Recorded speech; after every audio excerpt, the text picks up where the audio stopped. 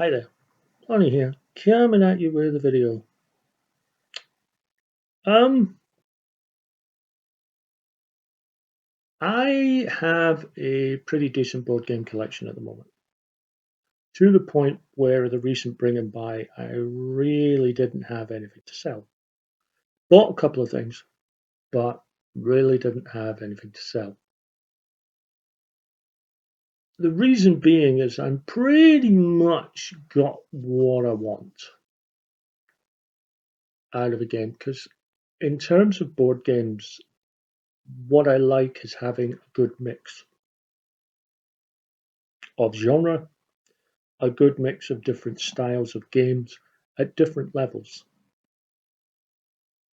The only thing I really don't have, because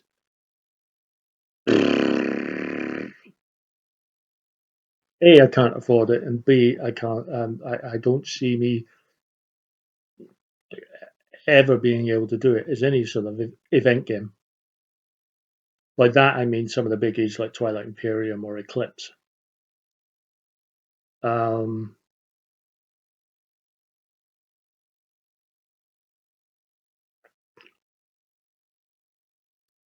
Yawning.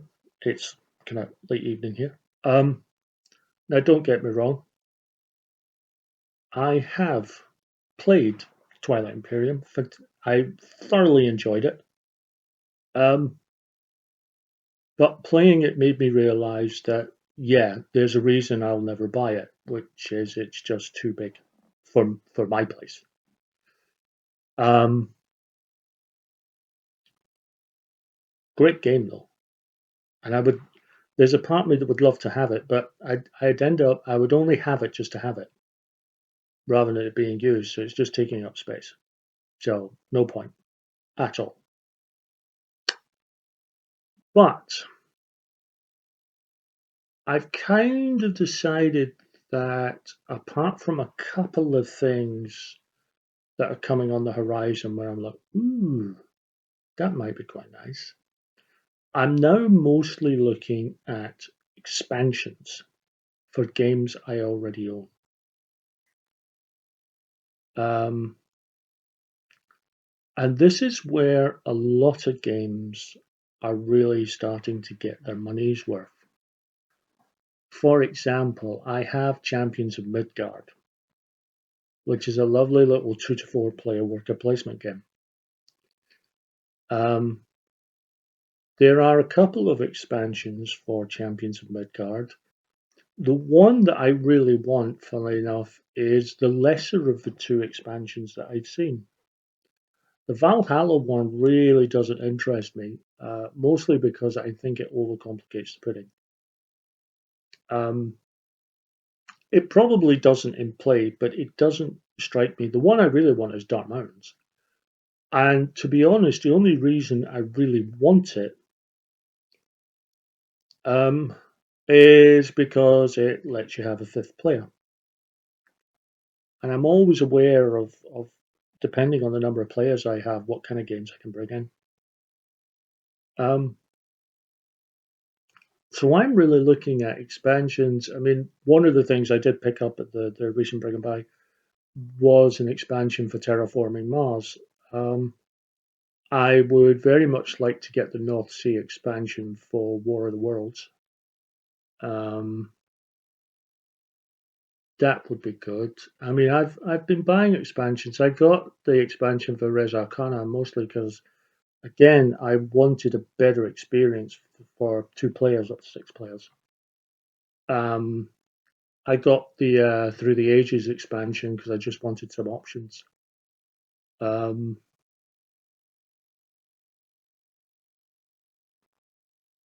and I know there's expansions for Mysterium, there's expansions for Tokaido, although they're out of print, so it's kind of difficult to get, particularly the Tokaido ones. Um, but it's mostly expansions I'm getting now. I'm just pimping out. The only thing I really don't want to do, um, I mean, I might get one maybe, but I really don't want to make a habit of it, are maps. And I don't mean play mats for games. They're actually quite nice. At Christmas, my friends got me play mats for Tiny Epic Pirates and Tiny Epic Mechs. And Barry from the Lanarkshire Gamers uh, got me had a very nice playmat for Lords of Waterdeep, which I got off him, which was very nice of him. They're nice to have. No, what I mean is maps for things like expansion maps for games like Ticket to Ride and Power Grid. And the reason I'm not too bothered about getting extra maps, particularly Power Grid, is that those games are quite intense enough without, you know, I mean, all the map is just mixing up a bit. Um, it doesn't really, they don't really change the course of the game. There's maybe the odd little rule about how many, with Power Grid, but how many resources go where and when. But ultimately, they're not they're not vastly different. You're not really getting anything that's really changing up things. Um, so yeah, I'm mostly content now to get expansions. There's a couple of games I would like to start seeing expansions for. I mean, when I played Flamme Rouge when I was down seeing Jason and Becky just before Christmas, they introduced me. Well, they introduced me to Terraforming Mars, and they introduced me to Flamme Rouge. And there's a couple of expansions for Flamme Rouge, which they have. So we played with them, and I'm kind of keen to have that. Actually, I'm kind of keen to play, uh, uh, get those expansions, and add those on. I'd like to start seeing the expansions for Summoner Wars, second edition, because I'd like to add a few more packs. I mean, I've got 6 factions because I got the master set, but I'd like to get a few more. Um, maybe add a couple more expansions to Viticulture. Um,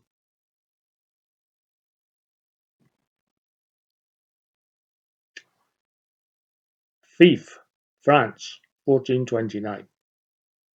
This is a frustration for me. Now, regulars to this channel will know that I absolutely adore this game. I know Charlton and Sit Down weren't too keen on it, but you know, differing opinions, you know, other viewpoints are available, and mine is it's actually a really good game.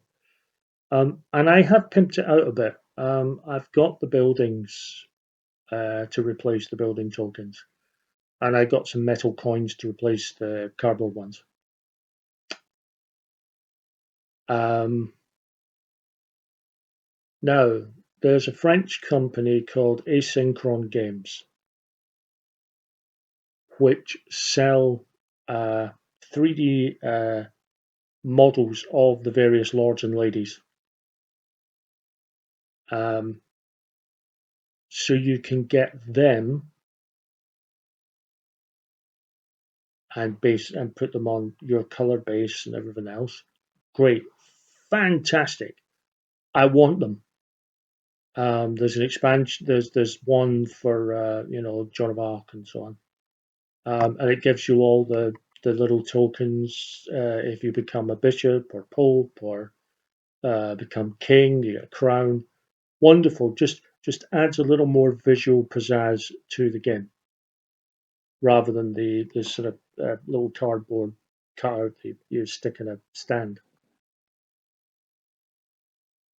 Apparently, this French company haven't quite figured out how to send things to the UK yet, which is a bit frustrating. So I keep chasing them up about it. So I'd very much like to see them do that because I will buy that because I've pimped out Thief quite nicely and I'd like to pimp it more.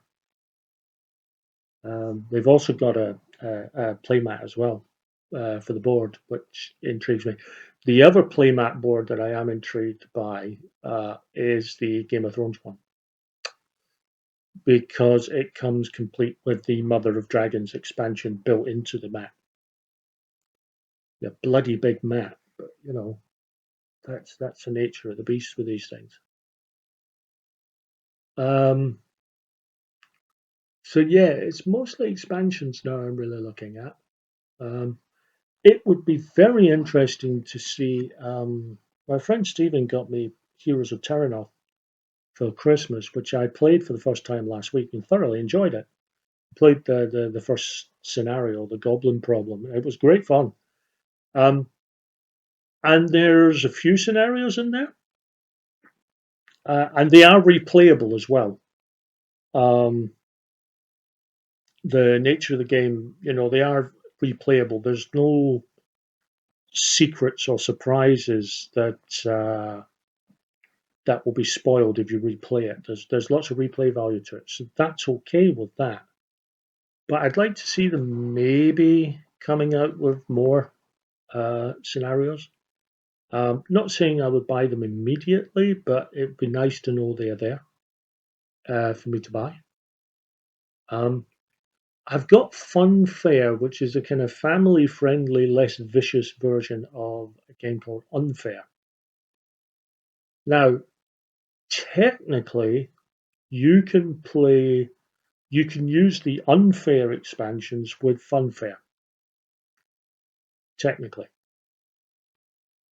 So I suppose I could buy those and add them to Funfair, but I'd like to see some Funfair specific expansions.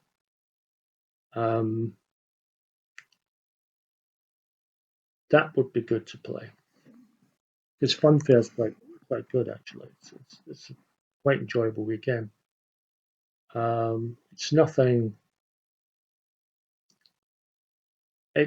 groundbreaking, but it's not trying to be. It's a good game for what it is. Horrified, I would love to see. I know Horrified had a. They did Horrified, and then they did one based on North American legends. I haven't seen the map for that one. I'm going to assume it's not the same little town. If it is, great. But I'm going to assume it's not. If it's not the same town, I would love to see maybe some new monsters and so on come out for Horrified. I have a feeling that's going to be down to licensing issues, though, because I don't know how long they've got the Universal Monsters license for. So I've got a feeling that game is going to get really rare and really expensive really quickly. There is an expansion that's come out for Lockup as well, and I might grab that. But it's mostly expansions now I'm really looking at.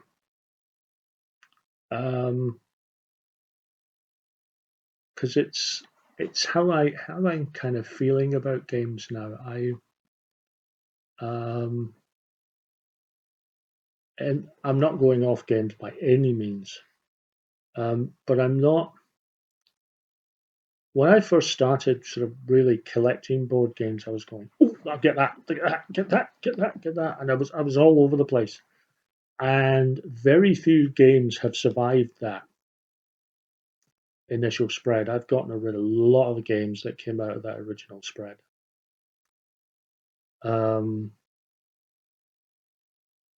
And I've slowly but surely built up a different a very different collection, one that I like, and as I say, I'm very happy with it. I think I've got the right balance for me between quite involved, heavy games, light games, medium games, heavy games, games that can appeal to people who don't really play board games at all, people who enjoy board games but do it more casually, people who really do their hobby, really are into this hobby sort of full on. and I like that I've got a good mix. I'm kind of happy with that, and I've no real wish to get rich, which means, of course, there's going to be very little buying from me. Uh, if unless it, of course, like I say, unless it's an expansion. So yeah, that's kind of where I am with board gaming at the moment. Um, Doing a lot of board gaming. So happy to see Language for Gamers back on again. Hoping now that the weather's turning a little more better to start doing a bit more board game overviews. Because I got the big two out of the way. I got my Christmas ones out of the way, and I got the Halloween ones out of the way, and I really want to start doing some of the other ones, such as the sports ones. I have a few sports games that I'd like to show. That might be the next one, but we'll see. So thanks very much for watching, guys, and I'll be back soon with another video.